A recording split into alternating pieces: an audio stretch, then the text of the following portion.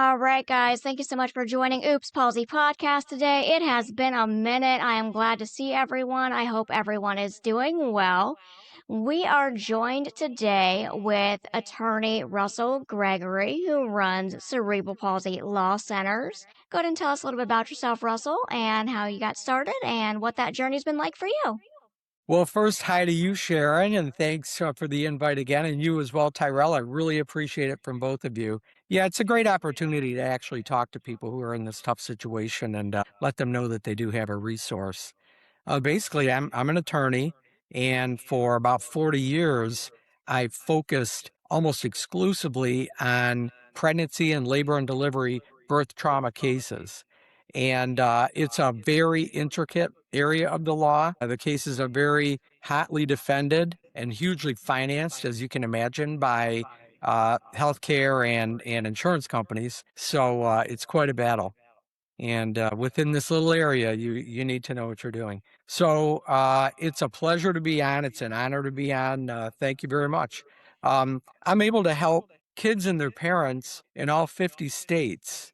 I work with others who have knowledge similar to mine, and doing just birth trauma as I do, I can really help guide the case in ways that can turn very difficult cases into pursuable cases that ultimately help the kids and the parents live the lives that they should. So, if a parent is concerned at the child and they're showing development problems and stuff like that, why should they contact you specifically if they're worried that their child might have had some problem at birth? Well, that's a really good question.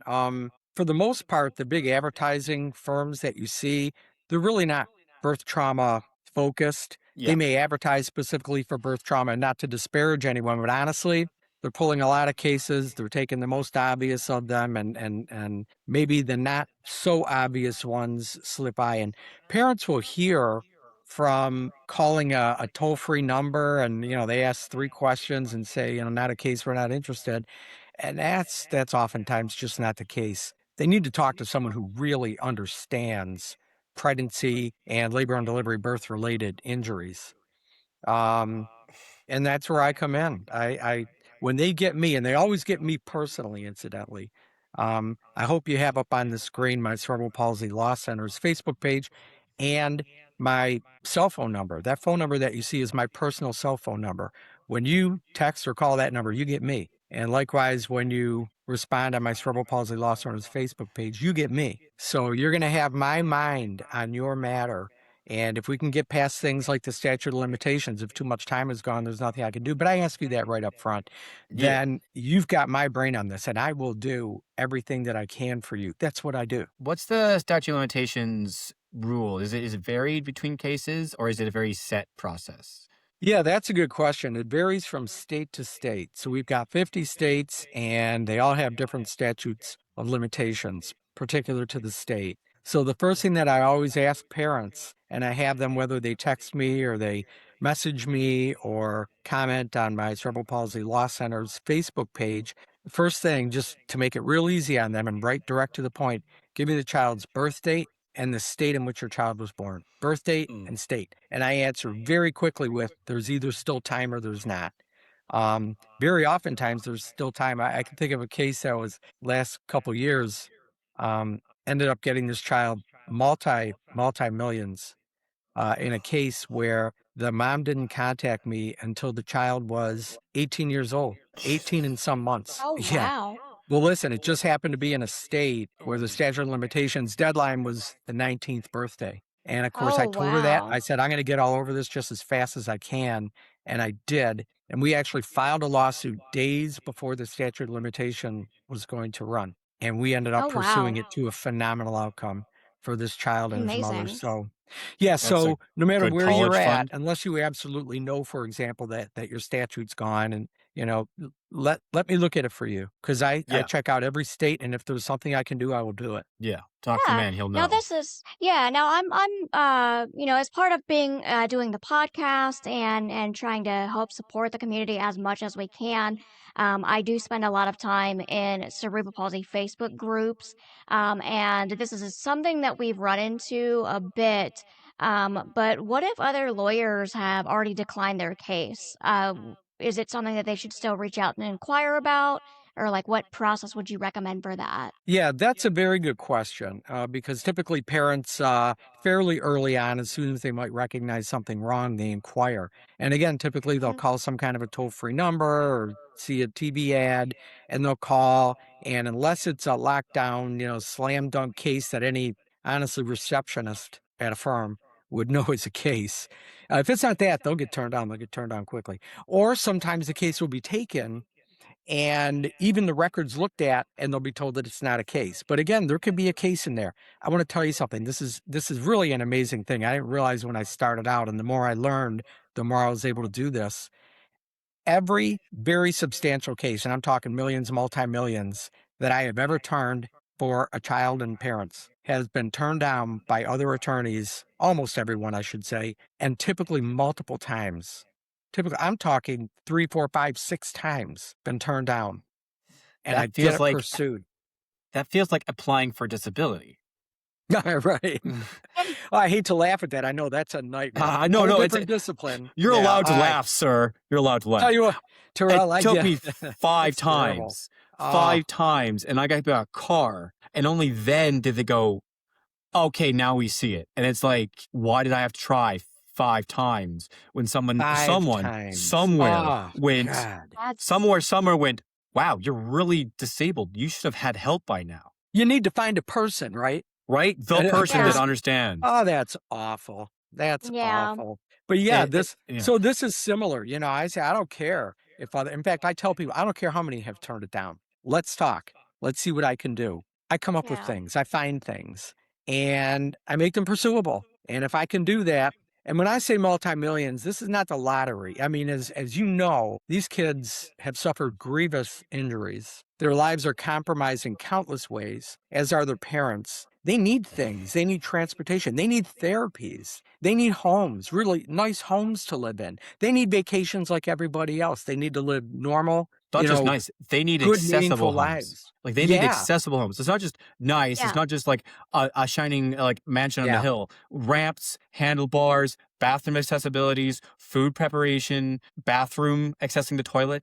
Like, there's whole expensive aspects of just being disabled that Yeah. millions, or whatever you can get them, would be massively helped, especially for a first-time family. Just setting up, like, a nursery and stuff for a disabled person or a kid who's eventually gonna start being mobile, and we are mobile, just we need assistance. I don't know how many Right. handheld devices I got for free from, the Canadian system providing for a child. Children, we get more than adults. It's a bit harder. But how many walkers, wheelchairs, hand canes that would have cost my family thousands just start 100%. my life off. Yeah, and you're growing. You need additional wheelchairs as you grow as a child, all kinds of things. And Terrell, same with transportation, right? It's not enough to have a vehicle. You need a vehicle that's wheelchair accessible, that has a ramp or a lift. You need these things that cost a ton of money. They need to be maintained, replaced when they're needed, just in every way. Even a typical house. I mean, doors need to be wide enough to accommodate chairs and things like that. It's just not, Yeah. it's not easy, and it takes a lot of money.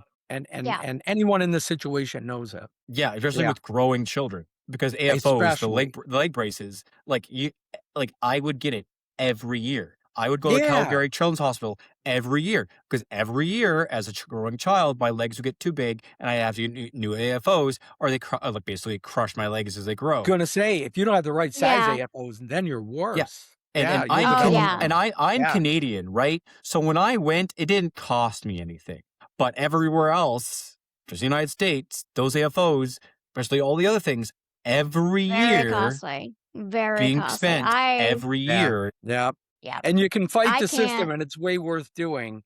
Oh, go ahead, It's Jer. just Yeah. No, oh, you're fine. I can't imagine how much my parents spent on AFOs. I wore AFOs until probably about right before high school, like right before ninth grade is when I stopped wearing the AFOs.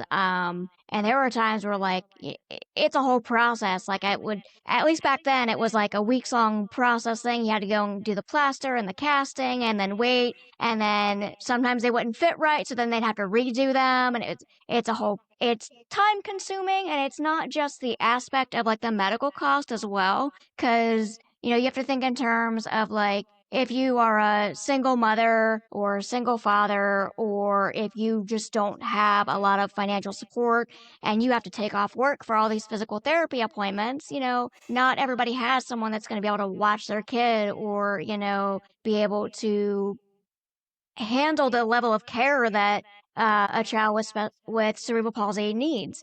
So you're looking at higher childcare costs for like babysitters, and then taking off work for appointments. It all gets very costly. That's another great point too, the help. I mean, these parents need help, and the help to the parents is help to the kids. So we get Yes. in-home care 24/7 if they need it, whatever they need, but it costs a lot of money. And you can fight Yes. City Hall and it's way worth doing, trying to change the system. But in the meantime, these kids are growing up.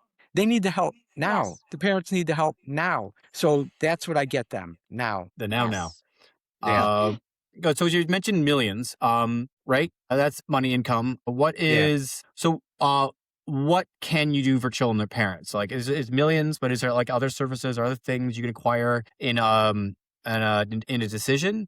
Like, it's just money, or is there other supports they can get associated with money, or what other services you can help parents with? That's a very good question. What you have to prove in any medical malpractice lawsuit is damages.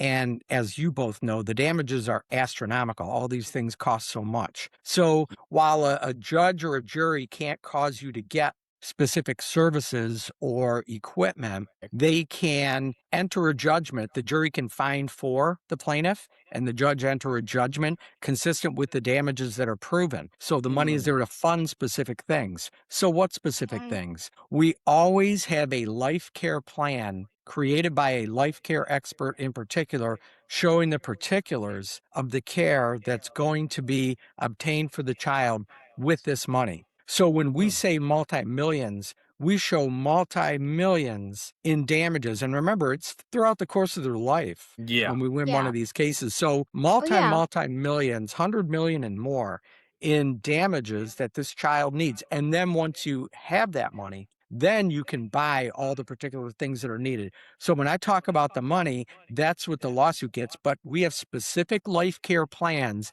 that can then be followed.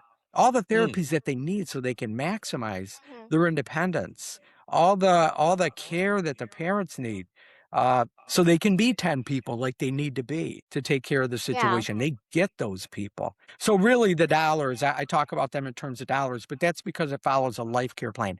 That's what the money's used for. And as I said, the life care plan includes things like vacations, family vacations. These families need breaks, vacations, learning experiences like everybody else. They Yeah. need Yep. it. It's a part of life, I appreciate a good rest period.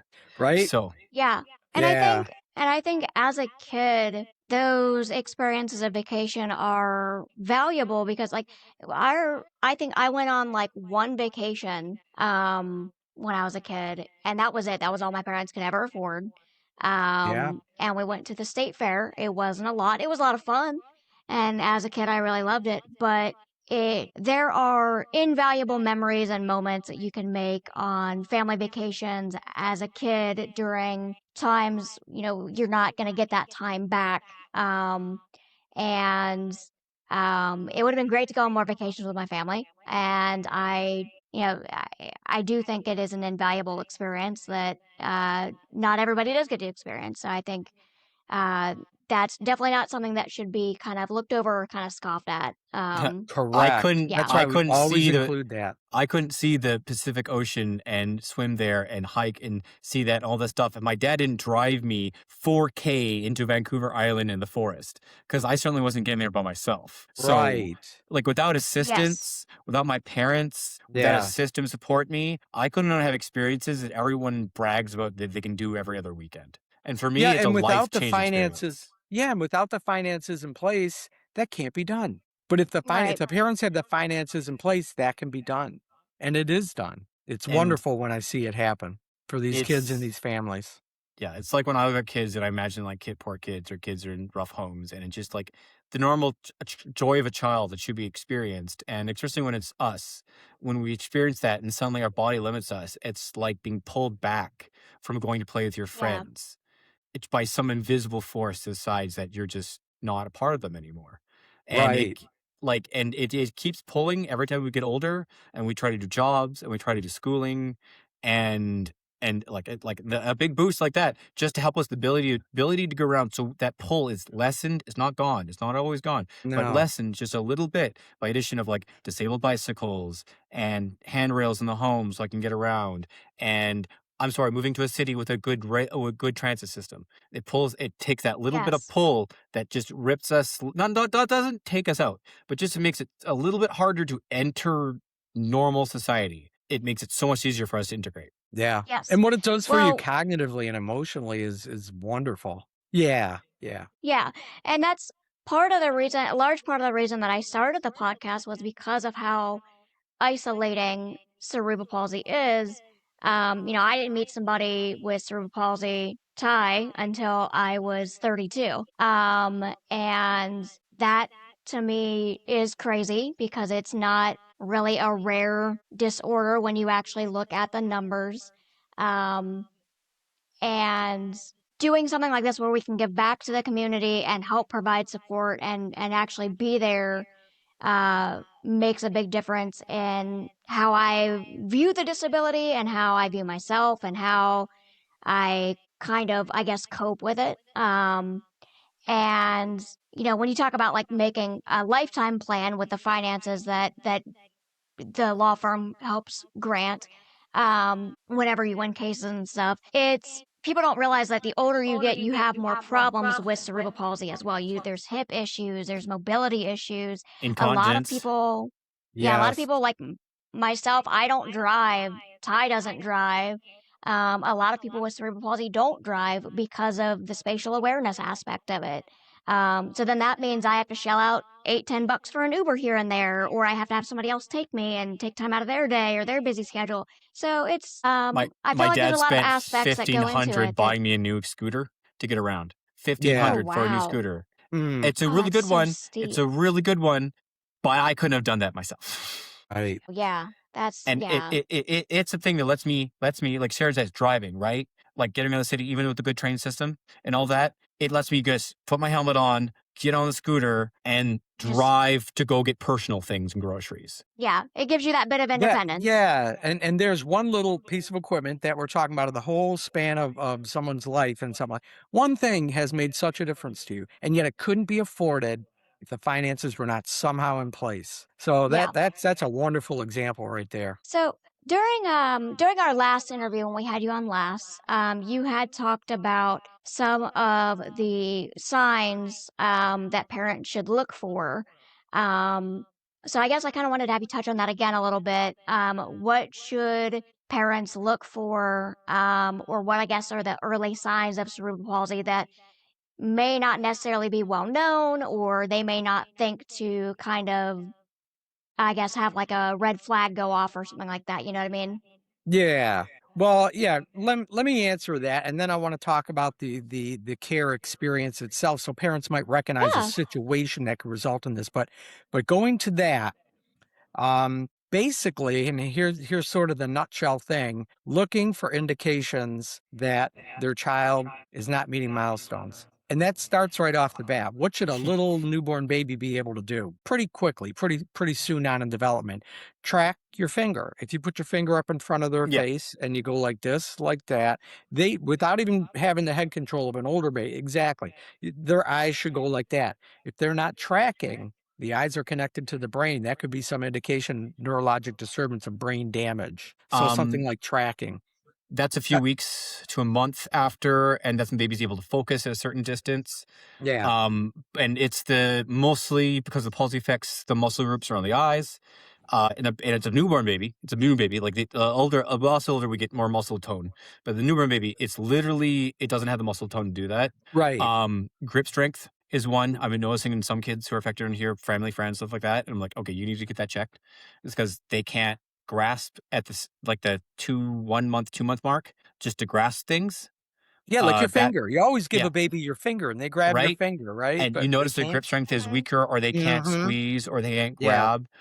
They're not naturally reaching for things that they want at about a 3 4 week period. Sitting up at about 4 months or so. If it doesn't show up by then, that's a real problem. Again, me That's something you should keep track of. Legs and limbs going back into the same position at a rest instead of being able to flop and move around, because babies are floppy and move around. But in palsy, they will go back to the fetal position just over and over again, especially at the beginning. And the legs just want to sit in a certain way, and you undo them and they'll go back a certain way, and more than a normal baby does. Normal babies are Right. just soft and floppy. Cerebral palsy babies are always weirdly tight. They can't grasp. They don't want to move. Like, they just want to stay the same place. They're happy babies. It's just that it's the milestones start not showing up and you can start seeing them. And just as a parent, just watching my kid grow up, going, is something happening? He damaged his leg later on, and that still freaked me out. Let alone being a parent, watching your child, oh, I was supposed to have a new baby, and just watch them not be able to suckle, not be able to track, not be able to grab, being upset when their limbs are moved in certain ways and returned back to position. It can be devastating, especially to a new parent, and especially to a woman postpartum when she realizes her baby is not normal. That I feel is a part where we get changelings, right?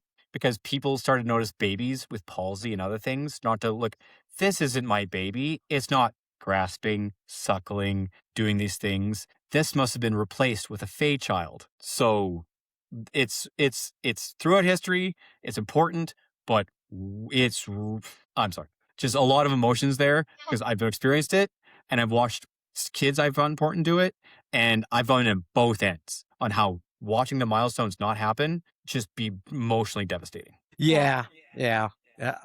Even to a point where they can employ denial for a short while, but it becomes so apparent. But you're exactly right, Terrell. Right off the bat, any newborn baby should be latching on, right? Feeding, latching onto the breast and feeding, or feeding from the bottle. But they should be feeding. Typically, a baby with brain damage will have problems in that regard. They should be somewhat settled, active, but somewhat settled. If they're extremely fussy, a relentless, high-pitched crying, that kind of thing, and again, not suckling, not you could tell these signs that there's something wrong. If they spend any time Mhm. in the NICU, if they were born at term, something went wrong because no term baby born well should be in the NICU. Likewise, if they're preemies, now they're going to be in the hospital typically for a while. If they're preemies, they got to get up to 5 pounds. Um, but they should not be in the NICU for any great length of time. More than 2 or 3 days, they can have some lung immaturity problems. Things can be done about that. But, within a couple of days, they should be out of the NICU if they needed to go at all as preemies. So any kind of lengthy time, Yeah. even for preemies or any time at all in the NICU that's a harbinger Yeah. of not good news. Yeah, no, so going back through my medical records, I was a 24 weeker and I spent, I want to say 6 or 7 months in NICU. Wow. And that Yeah, was in that's 91. Oh. We have more advanced technology now, so, Oh. but that was, I was a, barely made it baby, essentially. Um, yeah. yeah. 24 weeks But was the viability cutoff basically around that time. Roe versus Wade is a yes, legal matter, yes. but yeah, that's how they picked it. And Yeah. I want to say I was a pound and 13 ounces, Ooh, maybe. Yeah. you were a palm of the hand Yeah. baby. You could hold you in the Oh, palm of yeah, your yeah. hand. Yeah. Well, I was actually that's actually how it was described to me when I got older, was that um they could just fit me in the palm of their, and I'm like, that's crazy. Crazy. Yeah. Um and yeah, it's another reason that we started this channel. Like a lot of parents, while I made this channel mainly so that those of us that live with cerebral palsy can have more of a voice and share our stories, it is also to give reassurance to parents because, I was told I wouldn't be able to mature into a fully developed adult woman. I was told that I wouldn't be able to walk, I wouldn't be able to work a job, I wouldn't be able to do this, I wouldn't be able to do that. And I don't know what it is about cerebral palsy. I don't know if it's a survival of the fittest drive that just overtakes or whatever. But my cerebral palsy makes me incredibly stubborn. And if someone's like, "Oh, you can't do that," I'm like, "We'll see about that." Well, that's a part Watch character me. gets you far, right? Yeah. Yes. Developed Yeah, resilience. I'm the bravest person in my friend group. I get put in front of near do wells and people like that and questionable people. I'm asked to be forward fronting. People can't talk. I step in front of them and I start talking and I get thanked afterwards by my friends because I can just do it because it's just the ability I have because there's no fear because I have to talk. There's no running. There is no Yeah. running. We just do. So Yeah. Yeah. my friends get the apprehensive feeling. I look at them, I look forward, and I jump right in because that's just have to been my whole life. Well, that's Yeah. why the 2 of Yeah. you are running this podcast. That's exceptional. No, seriously. Tyrell, I No, don't know I exactly what appreciate. your background was. I'd like to hear when you were born. 24 weeks, Sharon. And here you are cognitively excelled, let alone, capable. So the 2 of you Yeah. are examples of what can happen and I does happen often, but is much more likely to happen with the kind of financial ye Uh, support that yeah, they can like get. yes. I was a week late, and then I was breech, A week and but late. Okay. yeah, and I think and then I was breech. I was a normal weighted baby. I have a small person, so it wasn't like a big baby. But I was breech. I was backwards. So they had to pull me out. I don't know if I was stuck in the canal or it was my mother's car accident a couple months before that Yeah. caused lack of oxygen. The in the stories I've heard, I can't remember being a baby. And the nurses put me in the waiting table, and then they're all giggling, and my mom's like, "What's happening?" And every time they unfurl me, I would furl back up into a into a fetal position. Yeah. And then my mom started noticing I couldn't suckle, and she tried to make the bottle bigger hole, but all it did was make me aspirate it a little, and it went into my ear canal and got me ear infections, and I was crying as a baby. Oh. Like, and I can't hear in one side not I can hear well, just there's definitely different on one side, because the constant ear infections I had as a baby due to my inability to Oh. eat. My mom tried to just make me eat with bottles. I couldn't sit up by 3, which is a big one. My mom started to notice before, and she got me diagnosed. But it was the not suckling that she noticed the most, and I got so Okay. underweight at that point. Oh, yeah. Um, Mm. and then she went to doctor, got a diagnosis, realized, adapted her methods, and then I got better. And my mom's entire life has been pushing me to take the extra step and do the extra mile. But she would still cry when she stretched me because I was, as a parent now, I know when I have to, like, a child's really hurt themselves and I really have to put the polysporin and they're screaming and crying. And I'm going, I'm so sorry, sweetie. I'm so sorry, sweetie. Like, I know how much that hurts to put your child through proper, painful type of therapy when you know it's what's best for them. So, yeah, Yeah. my life. Yeah. Oh, certainly made you grow. Well, Yeah. I hope so. No, Five I six, mean, not that high, that but yeah, that resilience in both of you is absolutely incredible. Hard yeah, starts right off the bat. you got to take a So floor running or not running. Yeah. yeah, yeah. So, I was gonna ask, because one thing that I noticed that you touched on when we were going over kind of the questions and everything, and if you could kind of elaborate, because I think this is where some people do get confused. There's a thing called HIE. Can you explain to everyone kind of what that is and how that correlates with cerebral palsy and I guess kind of what they would look for in terms of that? Sure. HIE is hypoxic ischemic encephalopathy. And basically, hypoxia is not enough hypoxemia, not enough oxygen in the blood. And then ischemia is a failure to perfuse those tissues with blood.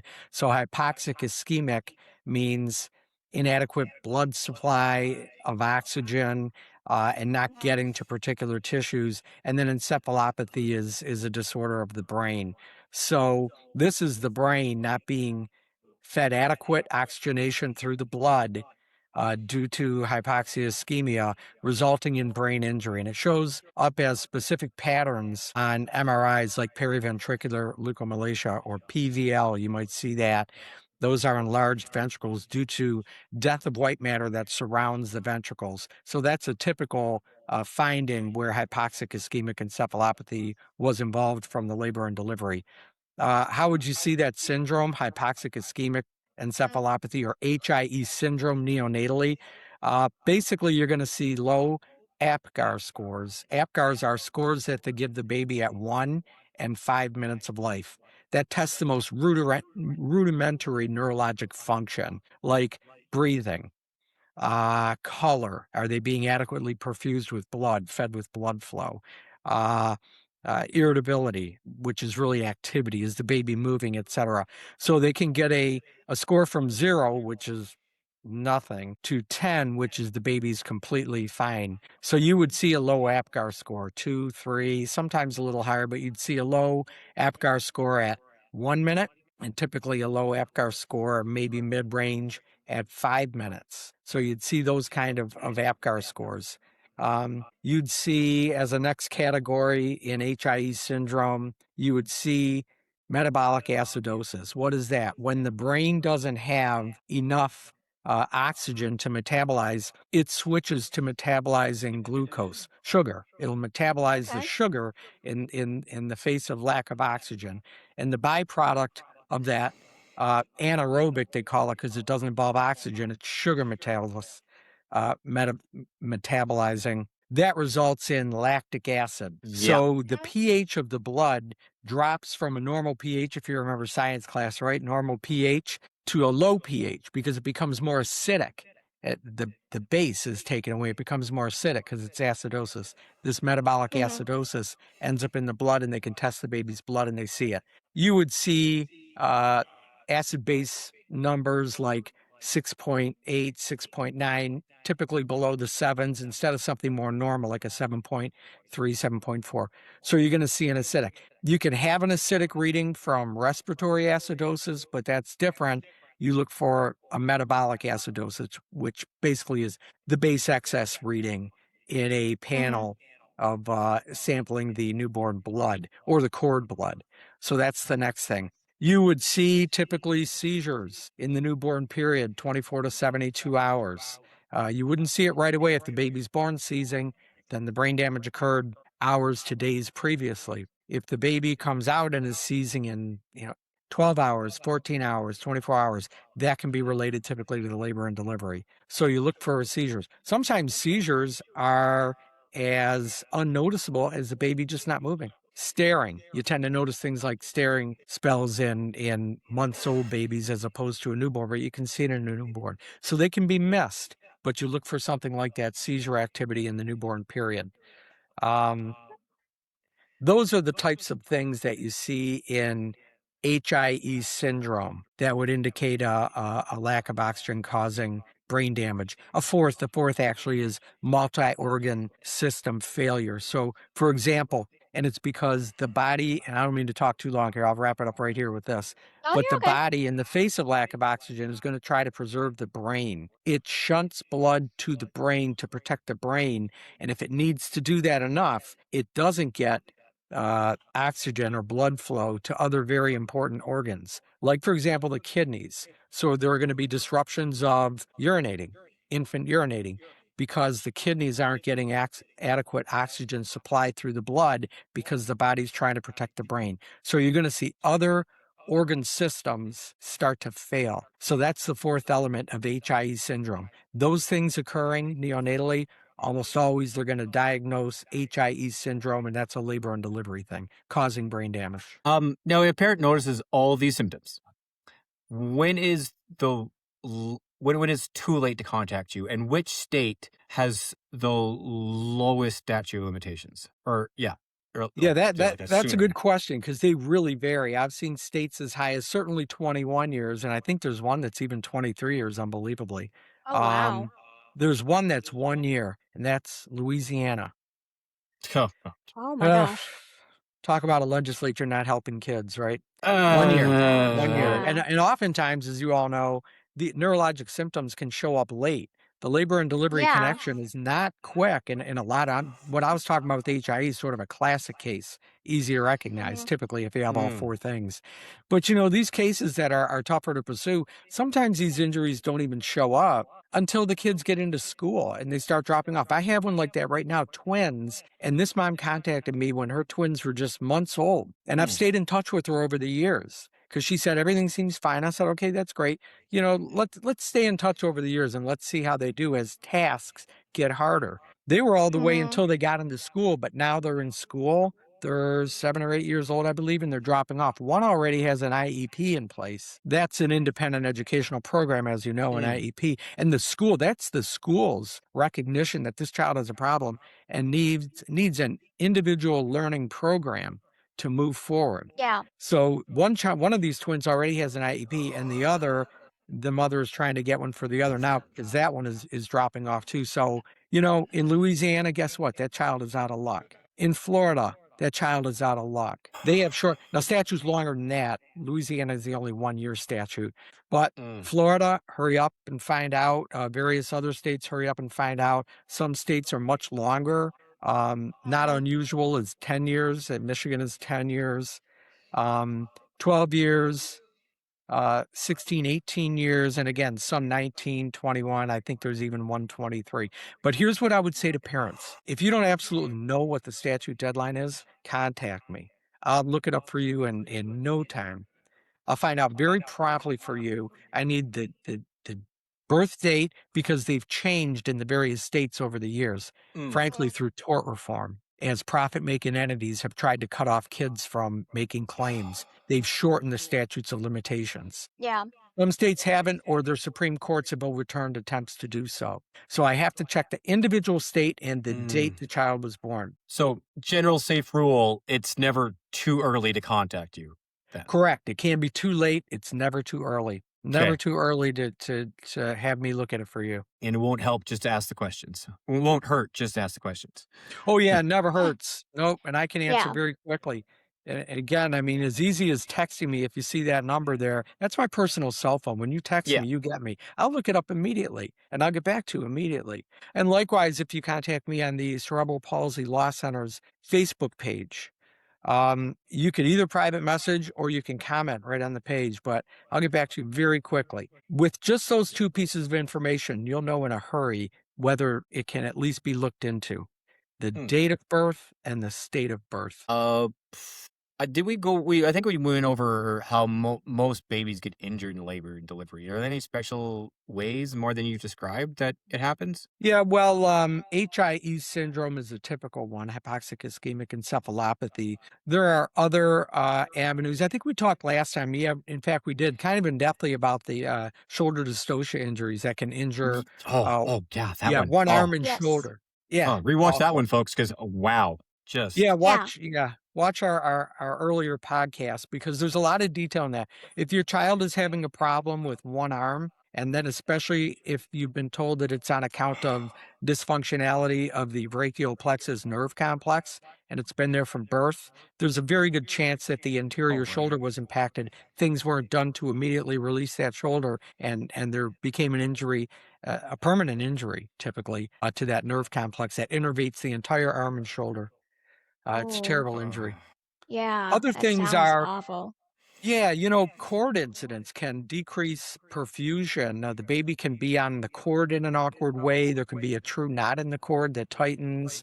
The cord can get crimped as the baby comes down the birth canal with the cord beside the baby. Then, as the baby's fitting through a tight birth canal, the cord is getting crimped. And although you have adequately oxygenated blood, you have ischemia. That is, it's like cutting off a garden hose. Imagine that, the Yeah. garden hose of blood to the brain. and then So there's very little time to get that baby out. If they don't recognize what's going on, you get brain damage. There are many ways that these sorts of things can happen. And this is what I get into in detail with the parents, what happened in their situation, if we can proceed under the statute of limitations, which is the first thing I find out for them. well, I definitely think I've got past the statute of limitations for sure.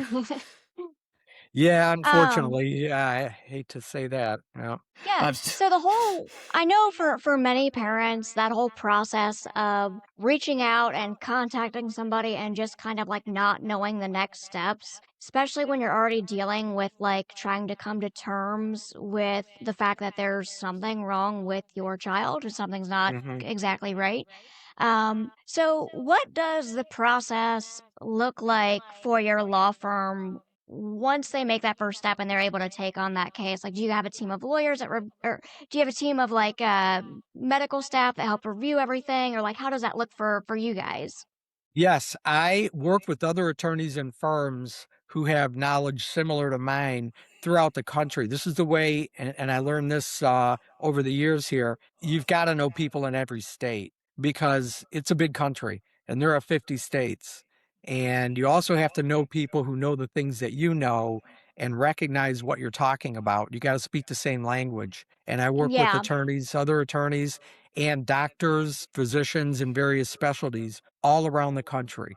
And I will work with them, work on theories, work on experts, do legal research and medical research, and come up with anything and everything that I possibly can to advocate for my clients. And we get so many of these cases pursued where they've been turned down over and over and over again. It's incredible to me, but this is what happens. These cases have to be Yeah. detailed. Yep, you got to detail them out. Yeah. Look at them from every angle. Figure something out if there's anything to be figured out. Well, let's talk about like birth injuries and stuff like that.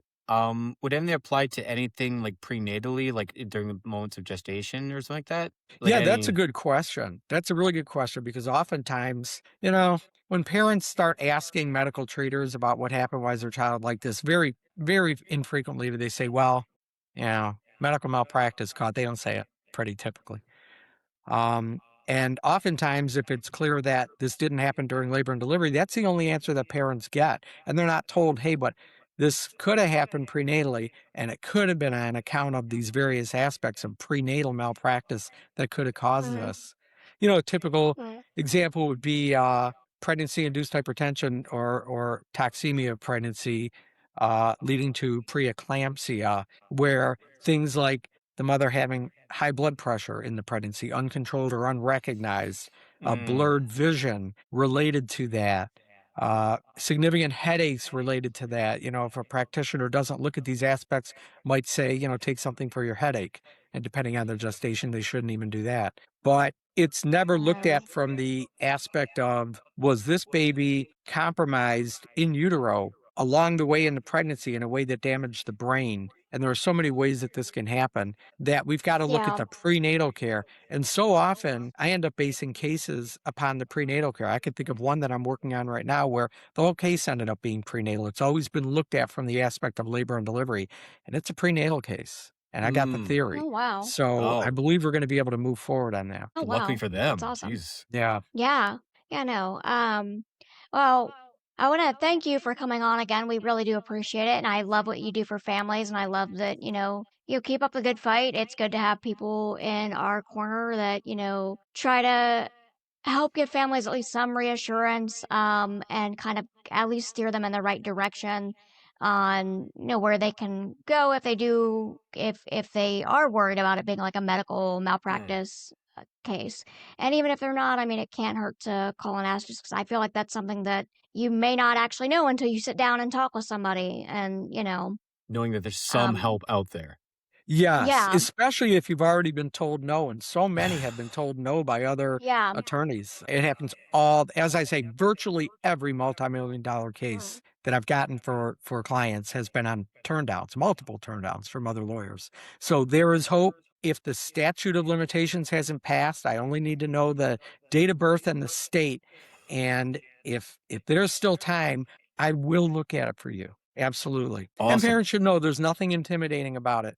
We talk just like this. We communicate, and I see if yeah, there's something I can do for them. yeah. Yeah. Oh, Russ, I want to thank you again for coming on. It's been a pleasure. If you haven't checked out our first podcast with Russ, please check that out. That is still up on our channel, and you can check that out as well. And we are going to put the contact information for Russ on the screen, so you'll be able to take that down. And it's also going to be in the description as well, along with the link to his channel, so you can just copy and paste it as well, so you can get to his Facebook page and reach out to him if you guys feel that that's something that you should look into. You should. And if you are a parent and you're worried, that's why Ty and I do this. We're here to talk. If you guys need anything, feel free to reach out. If we don't know the answer, we will do our best to find out for you. But we are here for your support. Thank you so much, Sharon and Ty, again. Great Oh, seeing you both, and hope I can thanks for help more teaching me so people. much. Like I'm learning here. I even learn things when I listen to both of you. I mean, it's just a great exchange of information. Good learning Absolutely. hug around here. Mhm. Right? No Yes, doubt. All the yes. help we can get. Yeah. Yep. Thanks so much. And again, thank you everyone that's been supporting the channel. We really appreciate it. Like and subscribe. Check out Russ's Facebook page and reach out to him if you feel it's warranted. And if not, it doesn't hurt to ask him anyway. So, but if you guys have any questions or concerns, definitely reach out and we will see you next time. Bye. Great. Thank you, everybody.